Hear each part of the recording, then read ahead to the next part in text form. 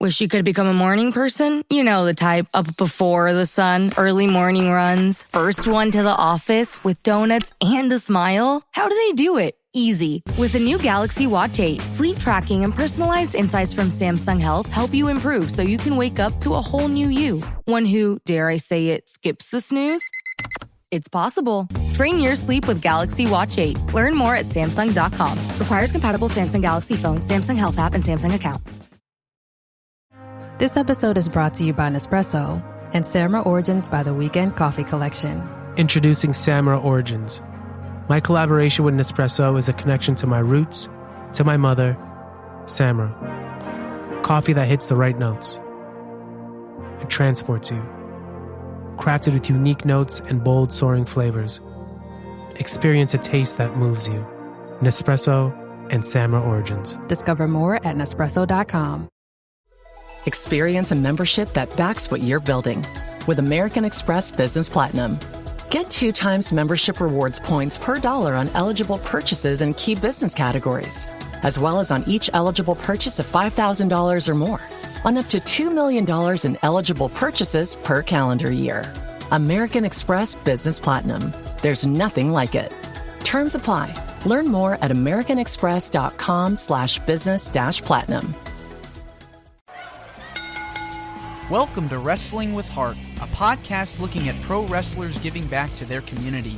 Join me, Stanley Carr, as I interview wrestling's hottest names who use their platforms as entertainers to raise awareness and do community service. Hello and welcome to another edition of Wrestling with Heart. This is the show where we talk with professional wrestlers and professional wrestling personalities about their lives in and outside of the ring, as well as doing acts of charity work, community service, volunteering, and spreading positivity. We're always about the positive vibes here on the show. And with me right now, I've got a very special guest. He is a living legend, WWE Hall of Famer, 2-time AWA heavyweight champion. I'm pleased to welcome the one and only Larry Zbyszko. Welcome, Larry, to Wrestling with Heart. Thank you very much, Dan. Yeah, so good to have you on. I've been wanting to have you on here for a while. Talk to me about your childhood and upbringing. Where are you from? Well, I was born 1951 on the south side of Chicago. And then maybe 3-4 years later, my dad, who worked for U.S. Steel, bought his first house in Lansing, Illinois, which is like a little suburb right outside Chicago. And I went from 1 to 7th grade in Lansing, Illinois. And then he got transferred to Pittsburgh, where I started 8th grade and then spent the rest of my growing up, 8th grade, high school and all that, in Pittsburgh, Pennsylvania, where I met my hero, Bruno. It's amazing, growing up, Chicago, Windy City, moving to a new city, Pittsburgh, Pennsylvania. Talk to me about your love of the business. Were you always a fan of wrestling? Was that something that you enjoyed watching, or was that something you fell into a little bit later on? Well, you know what? It was weird because when I was growing up in 1951, baby, but 52, 53, everybody started getting a television set. Every house had a big giant antenna on top, and you only got 3 channels. ABC, NBC, CBS, and maybe one public thing. So I grew up with 3 stations. Now there's 3,000. And I really didn't see any wrestling until I moved to Pittsburgh. And on Pittsburgh television, they had a show, Studio Wrestling. And that's the first time I saw professional wrestling. And it's something that struck me because what it was in those days was really a story of good versus evil, which is in every human being. We root for the good and we want to get rid of the evil. And Bruno Sammartino was the big hero of the day that looked like a gorilla. I mean, really believable. And when I watched that, I said, God, I could be a professional wrestler. And I started wrestling in high school. I actually started football and wrestling, but the football coach ticked me off, so I threw my pads at him and didn't play football anymore. That's crazy. But then, yeah, that's the first time I saw wrestling was in Pittsburgh. Trying, whatever year it was, I went to 8th grade. So Bruno was the guy you grew up watching on television, right? Yeah, he was the big hero in those days of the territories in the WWF, and Pittsburgh was one of the towns. Well, let's talk about Bruno Sammartino. What was it about Bruno that made you go, this is really cool. I want to find a way to get into this. The thing about Bruno was he was genuine and real. He was a very humble, nice, loving guy, and he came across as himself, and people could feel that. He was a very humble guy. He wasn't some guy on TV who, you might thinks he's better than you because he's on TV, or, he's got some kind of ego because he's a star. He was a very humble, he was himself, really a very humble, giving, loving guy. But also the way he looked, you believed he could kick the devil's ass. So that's when you knew you wanted to get in the business. Yeah, And he was my inspiration to get in the business. And it was weird how I met him. Because actually, I'll tell you one short story and then tie it up, and it gives me goosebumps. But when I moved to Pittsburgh, my parents would drag me to church every Sunday, to this little church called St. Anne's. We lived in the North Hills of Pittsburgh. And one time I'm sitting in a pew in church, and I was, like in 8th grade. And I'm sitting there, and I look next to me, and I see this guy with this big head, this big broken nose, big cauliflowered, weird looking ears, huge chest. And I'm going, my God, I'm sitting next to Bruno. I mean, as like a kid in 8th grade, what are you, 13? I don't, I freaked out. And after Mass, I ran after him with a bulletin and got his autograph. And the reason I'm saying this is because when Bruno died, I flew back to Pittsburgh for his funeral. And his Mass was held in the very same little church, St. Anne's. And I was sitting there basically in the same pew. So it was like the first time I've ever met him, my hero, and the last time I would ever be by him, in the casket, was the same exact place 50 years later. I mean, it was beyond coincidence. yeah, it's like a full circle moment. Yeah, it was meant to be, kind of weird thing. So Bruno helped train you, bring you in the business, mentor you. What were some things that he had told you early on to help guide you along, and any tips that you can recall that you've even applied to today, even after wrestling? Well, what I applied in my whole life because of him was the qualities he had. Your word is your contract. The truth beats everything. I mean, he was honest, truthful. What he said, he meant. And that's what I modeled myself after, was his. And a lot of people back in those days, too, after the war and all that, was your word is your contract. You're an honest, caring, loving guy, loved your neighbors. You were a human being. We're beings, we're not animals. And the funny part was when I was 16, I found out where Bruno lived, which was a few miles down the road from my house. So when I got my first piece of junk car at 16, I was like a junior in high school maybe or something, I would drive by his house once in a while. And one day I drove by and he had these big, thick hedges around his backyard. with a pool in the backyard.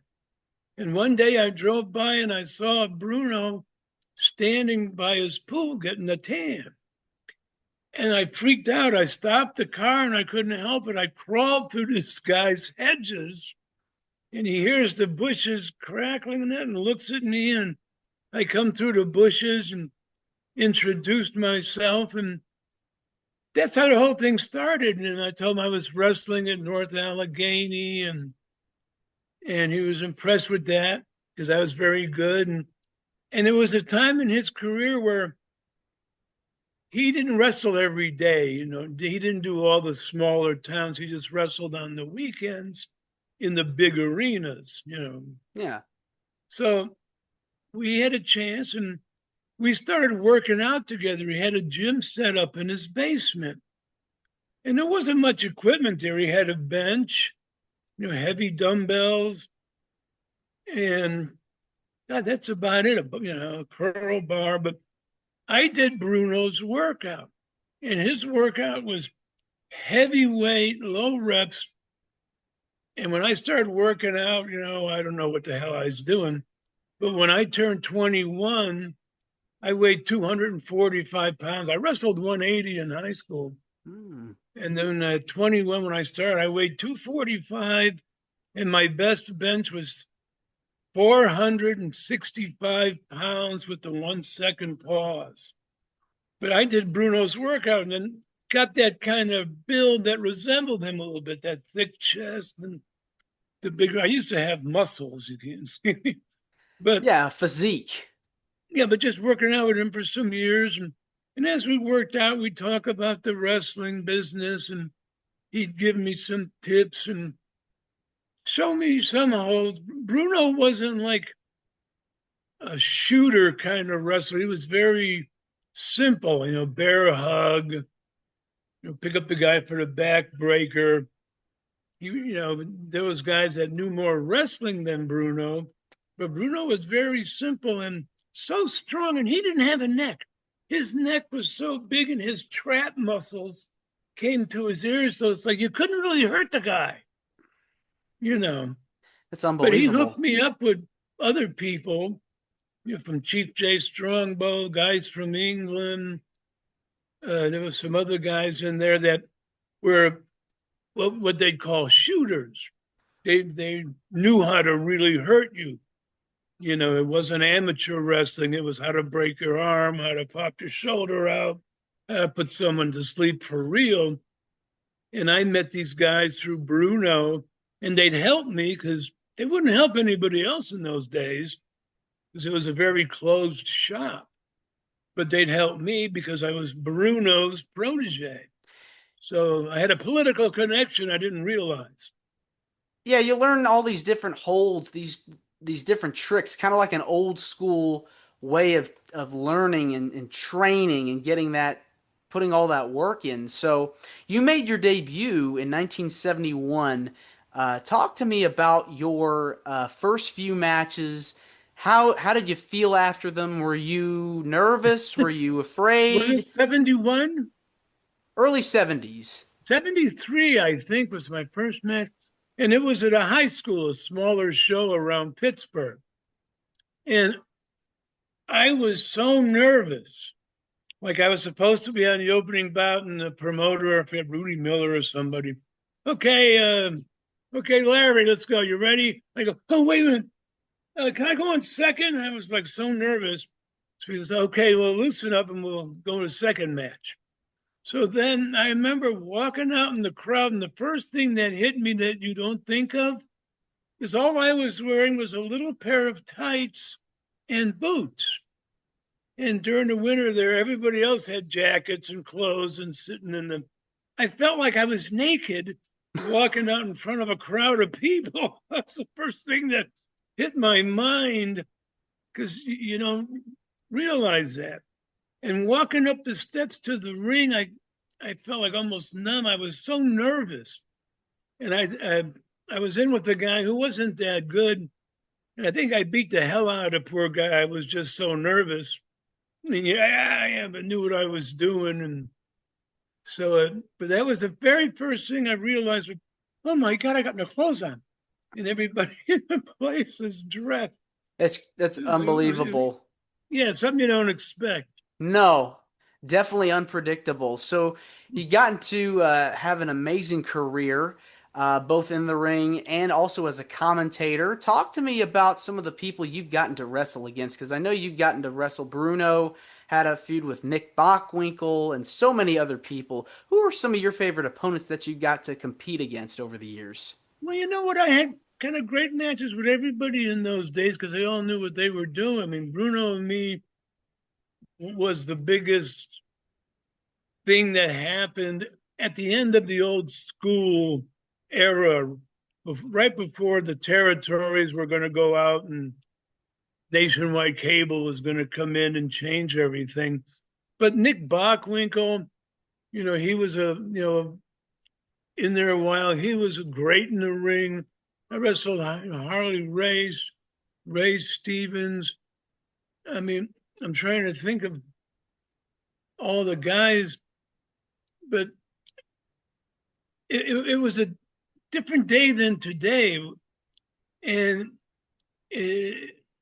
everybody knew what they were doing. So it was easy to get to the crowd. The crowds were different. It wasn't like today with the cheat sheets and all the podcasts where, or to watch the WWE show and they come on and go, oh, that was a great heel turn, and then you're talking smart. I mean, it was a different world. People believed.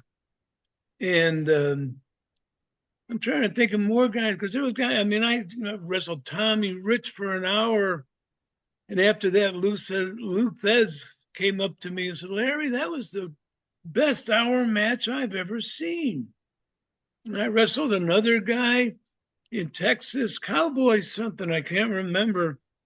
And after that, Harley Race came up to me and said, Larry, you're the greatest wrestling heel I've ever seen.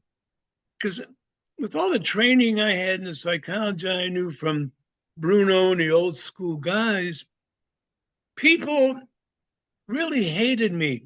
And even in the days of the mid 80s when things were changing, the generation of fans was changing, the sheet sheets were popping up. I would still go in the ring and people would be chanting, Larry sucks, Larry sucks. Because no matter what they thought of professional wrestling, they believed in real life I was a true a-hole. I had that knowledge to get their believability in a character that really wasn't me, but they believed it was me. I definitely think that the suspense of disbelief is very important to have because you got to believe in that character that he's, this heel's, playing Yeah, against the rules.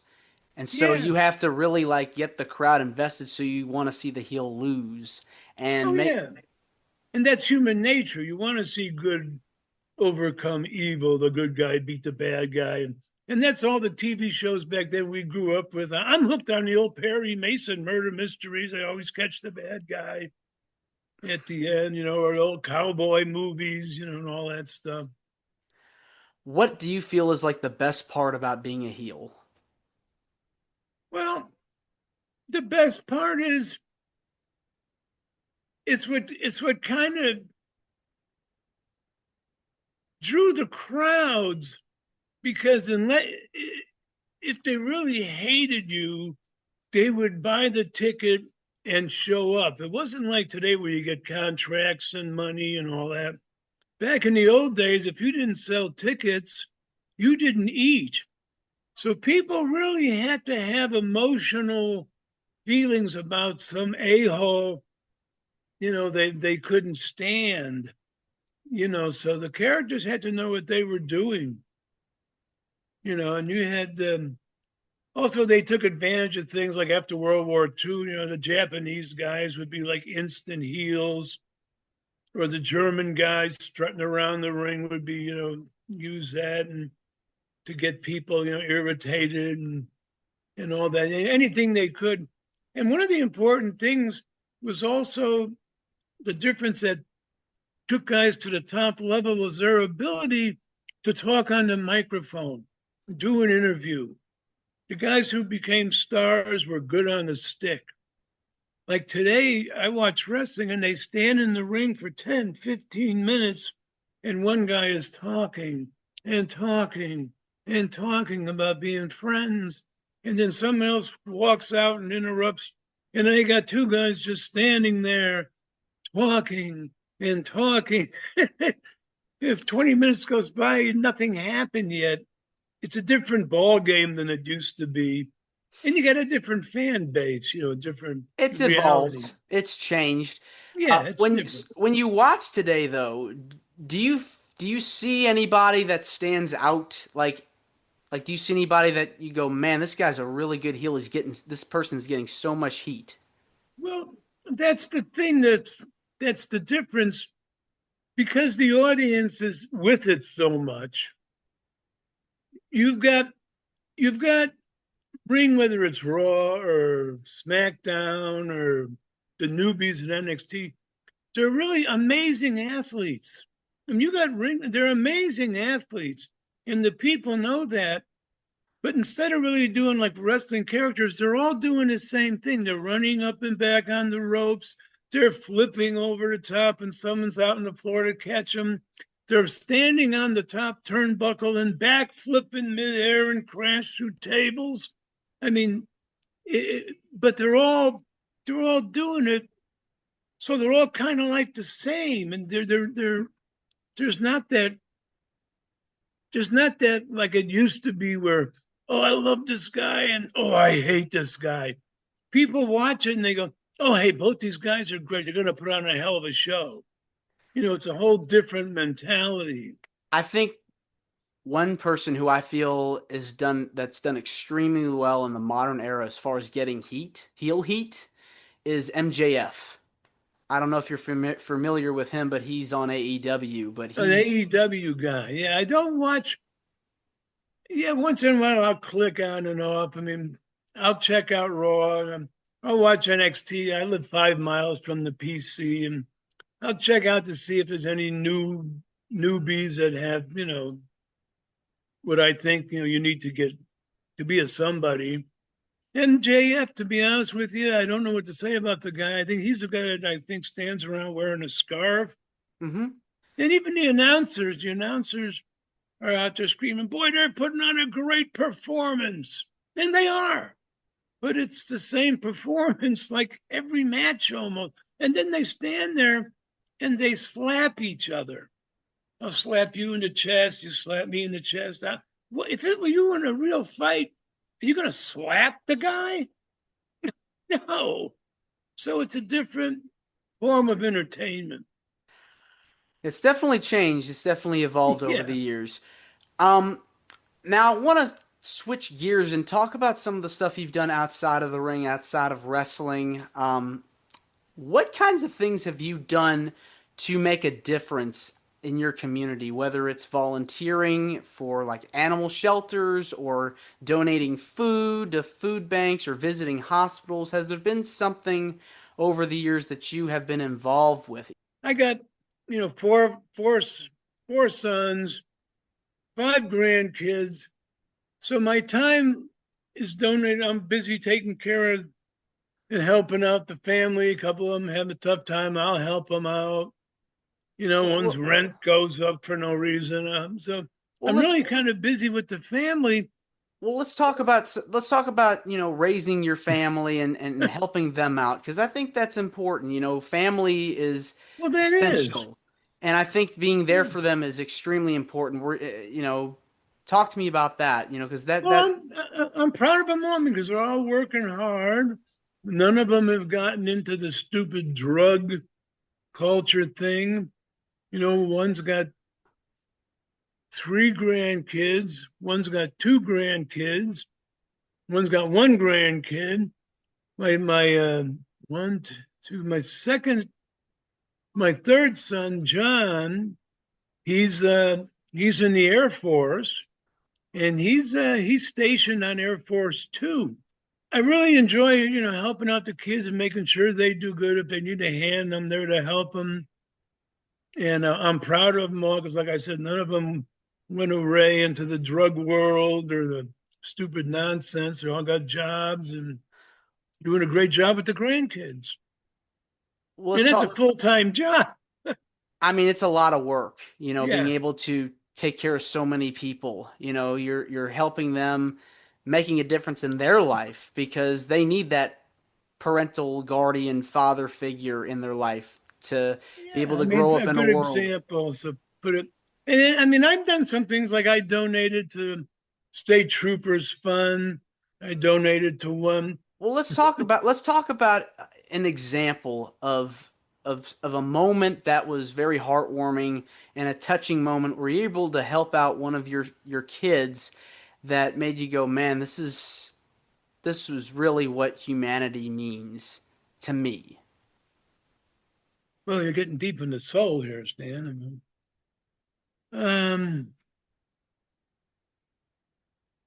I'm thinking, but I mean, it's worked out kind of good for me because I was always there to be there. I mean, it wasn't like any of my kids had a tough time, or like I said, they weren't in drug counseling, they weren't locked up, they didn't do crime.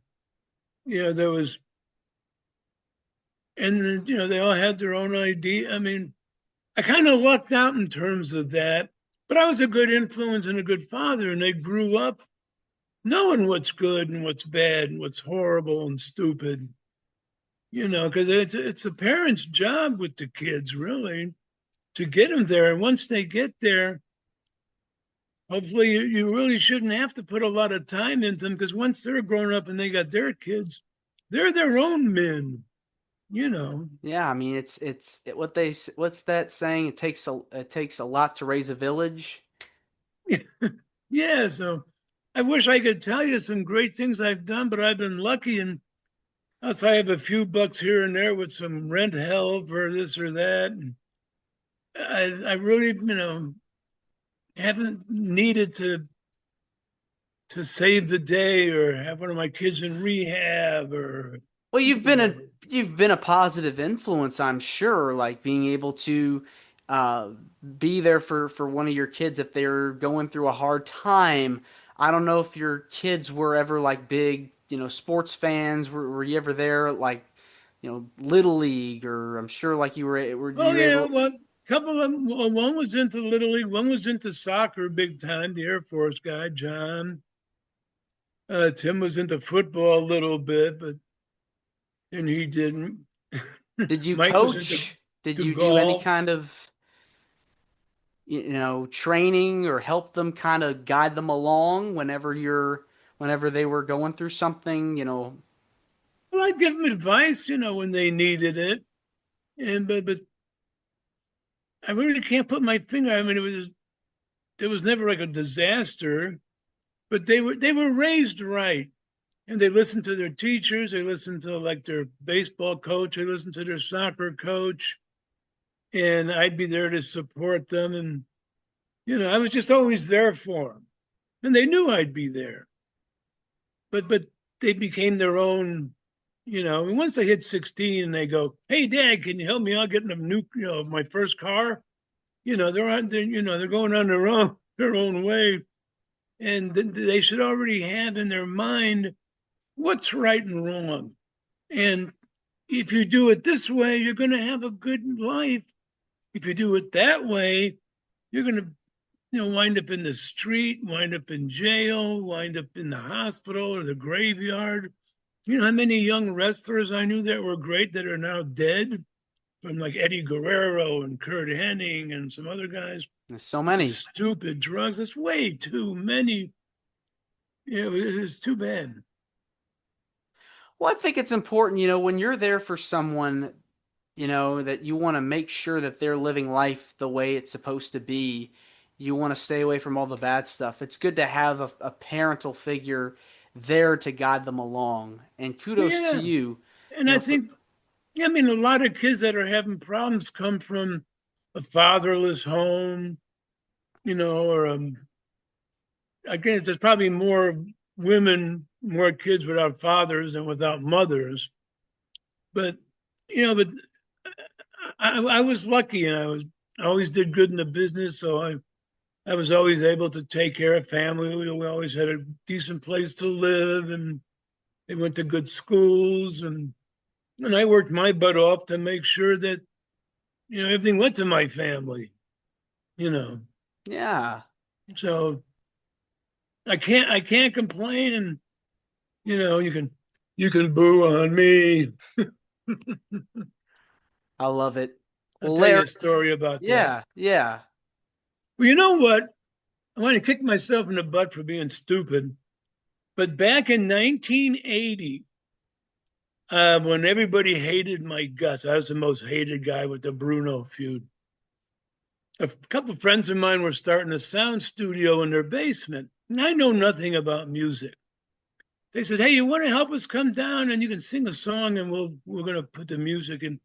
So I said, "Wait a minute," I was a bad guy. Everybody wanted to kill me. So I wrote and I sung one song, and I did it in one take in the little sound studio they made, and told them what kind of music I think it should have, and they put the music together.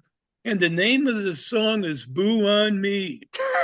And I made some 45s out of it back in 1980 and sold some. There's some out there autographed that are extremely rare.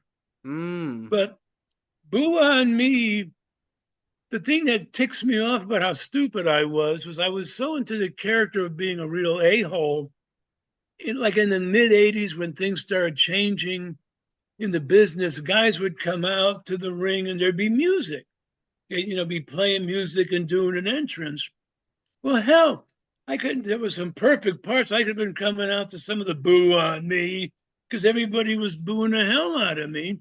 And I never even thought about it. It's hilarious. And the weird part is a guy I know at Pro Wrestling Tees heard the song because it's been on YouTube forever. I have no idea how it got there.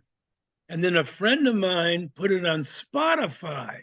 And I think if you go to Spotify and punch in "Boo on Me," you can hear the song. And to get a T-shirt, I think it says on "Boo on Me," but Pro Wrestling Tees make "Boo on Me" T-shirts. And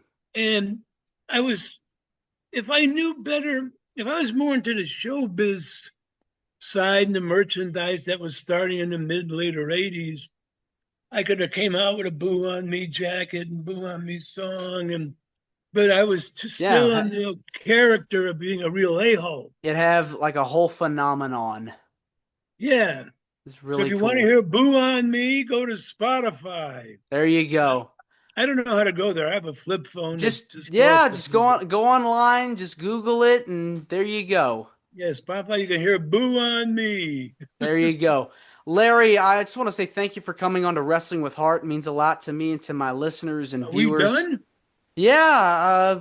You're kidding. Yeah, it was about half an hour or so. Well, you got I got a couple more cool things to tell you. Yeah. So we can. I'll send you a new link if we run on if we get cut here. So what did you want to talk about? Well, I tell you what, I'm one of the stars of a movie on Amazon Prime called The Unbreakable Bunch. Yes, I've heard about that. It's not a wrestling movie. I want people to know about that. And then about a few months ago, I got contacted to do voiceovers on a new show called Shoot Pro. And you can go Google Shoot Pro. In fact, they got some premieres showing. This is number 5 coming up this Sunday. If you go to shootpro.tv, it's on episode 5 coming up. And what it is, it's wrestling, but it's not professional wrestling. It's real, an ancient sport of submission wrestling. No punches, no kicks. It's the Ultimate Fight I never got into. It's too sloppy. But this is purely submission wrestling, of breaking your arm, popping your shoulder, and it's real. It's real. Wow. Shoot Pro. I want people to know about it. Google Shoot Pro, wrestling.com, and it's going to be on YouTube Sunday. And then they got a TV deal with Triller. some new streaming thing starting up in 2 or 3 weeks. So keep an eye out for Shoot Pro. All right. There you go. Resurrection of an ancient sport, big with the Egyptians. The Romans are the ones that turned it into a bone-breaking, nasty sport. Yeah. Thank you so much, Larry. And Well, you're more welcome, welcome Stan. to come That back. went quick. I could talk to you more. We'll do a part 2. All right, you call me sometime. We'll do a part 2. Will do. In the meantime, Larry, I just want to say thank you for coming on to Wrestling with Heart. It means a lot to me and to my listeners and viewers that are watching this on YouTube.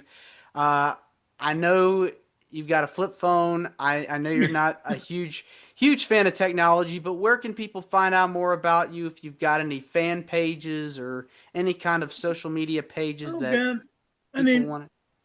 I don't know.